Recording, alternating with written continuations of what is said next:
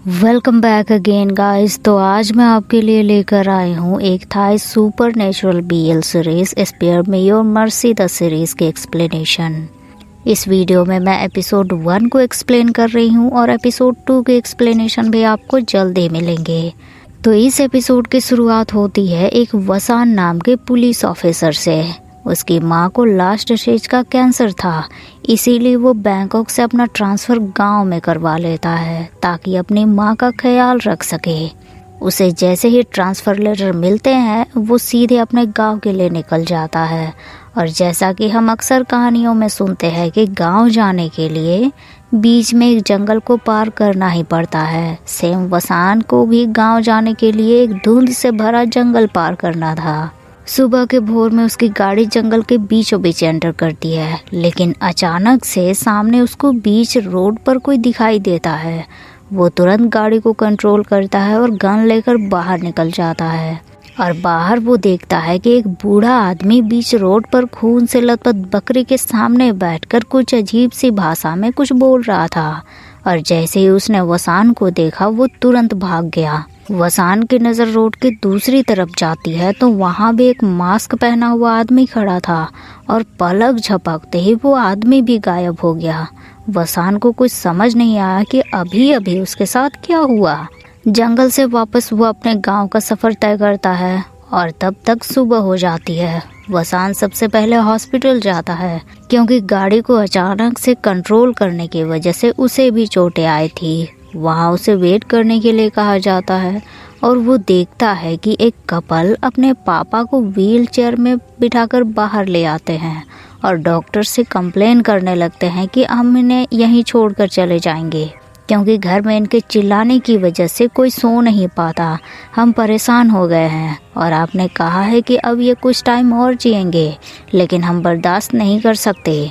वसान को ये सब देखकर बहुत दुख होता है कि किस तरह के बच्चे हैं ये, अपने पेरेंट्स के साथ ऐसा कर रहे हैं। डॉक्टर उन्हें समझाते हैं कि इस टाइम मान लीजिए ये आपकी लास्ट होप है। नर्स सबको वहाँ से लेकर चली जाती है और तभी डॉक्टर और वसान की नज़र एक दूसरे से मिल जाती है। वसान जब हॉस्पिटल से बाहर आता है तो उसे बहन सा का कॉल आता है।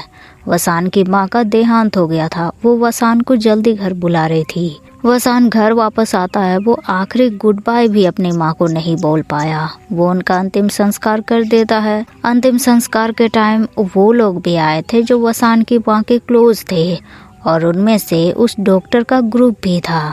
वसान दुखी था और लोग अजीब अजीब बातें कर रहे थे, जैसे कि वसान की माँ आजकल बेड से उठ ही नहीं पाती थी, पर मरते टाइम उसने बहुत अच्छे से अपने बाल बना लिए थे। जैसे कि वो उठकर तैयार हुई और चल बसी। वहाँ वो डॉक्टर वसान को सिंपैथी देने आता है। उसे बताता है कि मैं डॉक्टर कांत हूँ और तुम्हारी माँ का इलाज मैं ही कर रहा था। वसान उस पर चिल्लाता है कि तुमने कहा था वो कुछ टाइम और जिएंगी, पर कैसे वो इतनी जल्दी गुजर गईं? डॉक्टर कांत जवाब देता है कि कैंसर पेशेंट के लिए कुछ भी पॉसिबल है।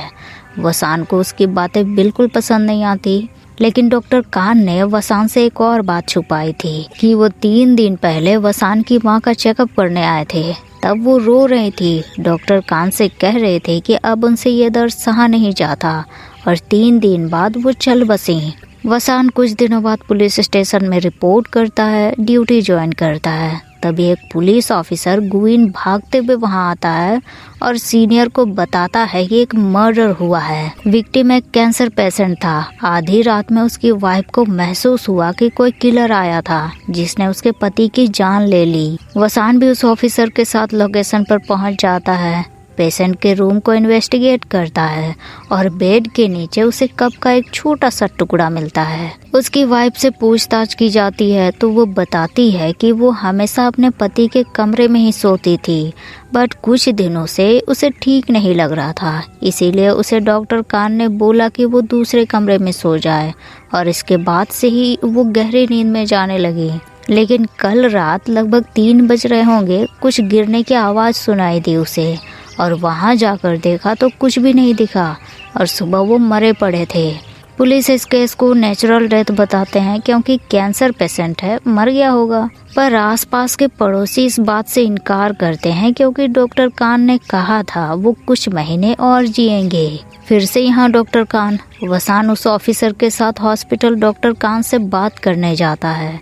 वहाँ के डीन से वो परमिशन लेते हैं और डॉक्टर कान से मिलने जाते हैं। वहाँ डॉक्टर कांत खुद ही उनके पास बात करने आता है, लेकिन उनके मीटिंग से पहले ही नर्स एक पेशेंट को अंदर भेजती है।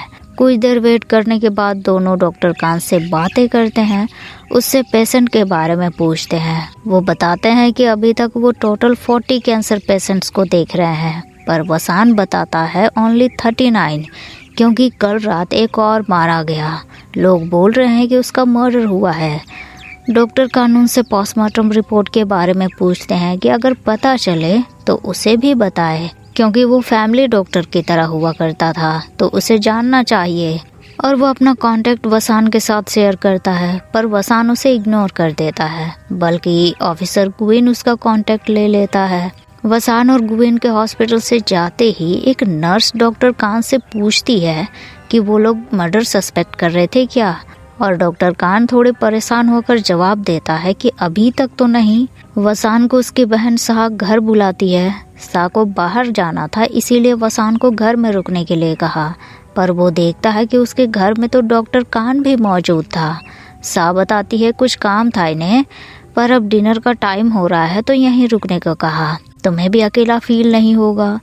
शाह चली जाती है और दोनों किचन में आते हैं, लेकिन डॉक्टर कान खाना बनाने के बजाय वसान के साथ फ्लर्ट करता है। उसे बताता है कि तुम्हारी माँ तुम्हें बहुत याद करती थी, वो हमेशा तुम्हारे बारे में बताती थी, वो तुमसे बहुत प्यार करती थी।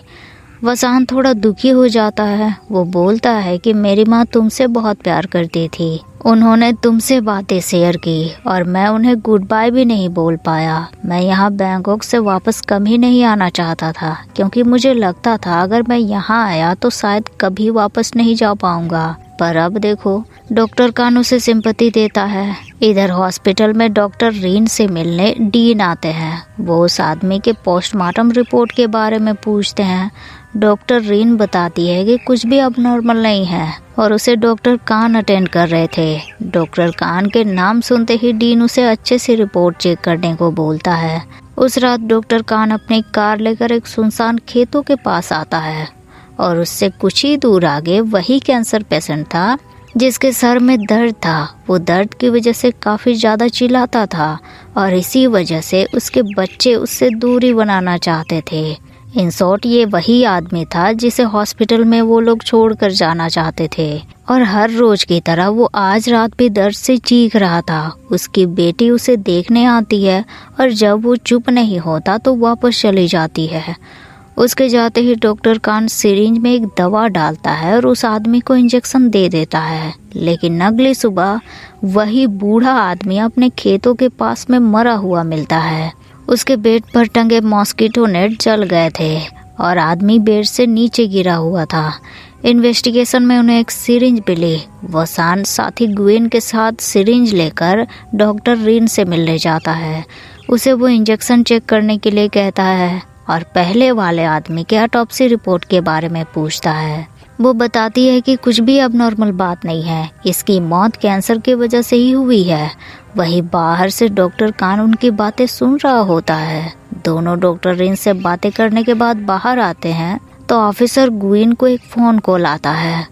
उसे एक आदमी के बारे में इंफॉर्मेशन दी जाती है और वो तुरंत वसान के साथ उस लोकेशन पर पहुंच जाता है। वहां वो लोग एक बूढ़े आदमी सोम को आवाज लगाते हैं और उस बूढ़े आदमी को देखते ही वसान पहचान जाता है कि ये तो वही आदमी है जो उस रात बीच रोड पर खून से लथपथ बकरी के साथ था। ऑफिसर गुइन उससे पूछता है कि कल रात तुम्हें उस कैंसर पेशेंट के घर के आसपास देखा गया था, क्यों गए थे तुम वहाँ? वो आदमी अजीब बातें करने लगता है कि वो स्पिरिट वापस आ गया है, इंसानों को खाकर अपनी भूख मिटाता है। जैसे कि हम किसी देवता को भोग चढ़ाते हैं और वो संतुष्ट नहीं होते तो अपनी भूख मिटाने के लिए वो वापस आते हैं।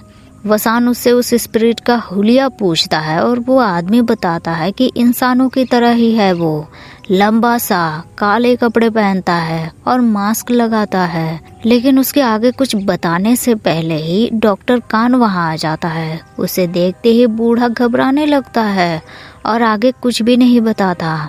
वसान और ऑफिसर भी डॉक्टर कान को वहां देखकर हैरान थे।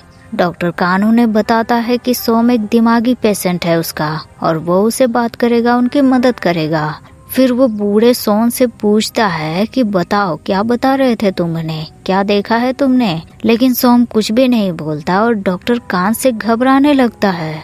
वसान ये बात समझ जाता है, वो डॉक्टर कान को रोकता है। और इसी के साथ एपिसोड 1 यहीं एंड हो जाता है और हमारे लिए छोड़ जाते हैं कई सवाल। तो क्या डॉक्टर कान सच में इनोसेंट है या फिर एक बड़ी साजिश के पीछे का मास्टरमाइंड? और क्यों एक एक करके सारे कैंसर पेशेंट्स का टाइम से पहले ही देहांत हो जा रहा है?